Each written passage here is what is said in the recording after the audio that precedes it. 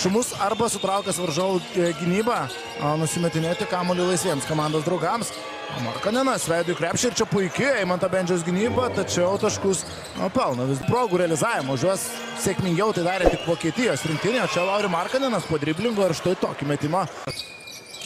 Markanas ten prižiūrimas Tadas Sedekeris, kad dabar priima kamuolį prie 3 taškų linijos, keičiasi ginamaisiais lietuviai ir per Vaido Kariniauską iškelt. Sasas Salinas taip pat vėl sugrįžo Suomijos rinktinės penketuke. Siunčia pagalbas ir daro tai gana kokybiškai.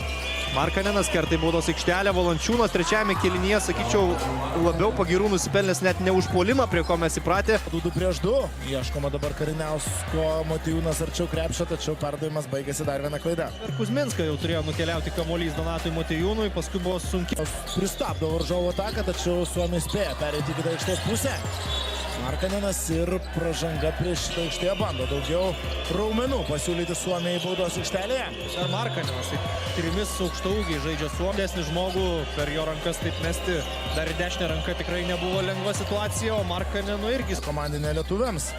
Lauri Markanenas. Kraštą Sasu Salinui ir Sasu Salinas. Nebedaug, dar reikia sustabdyti vieną, bent jau varžovo ataką, čia Markanen varžovui. O minutės pertraukėlių šulinys. Padidinamas Lietuvos rinktinės pranašumas. Markanenas. Jo, žaidimas iki galo ir dar 2 Lauri Markaneno. Padidinamas Lietuvos rinktinės pranašumas. Markanenas. Jo, žaidimas iki galo ir dar 2 Lauri Markaneno.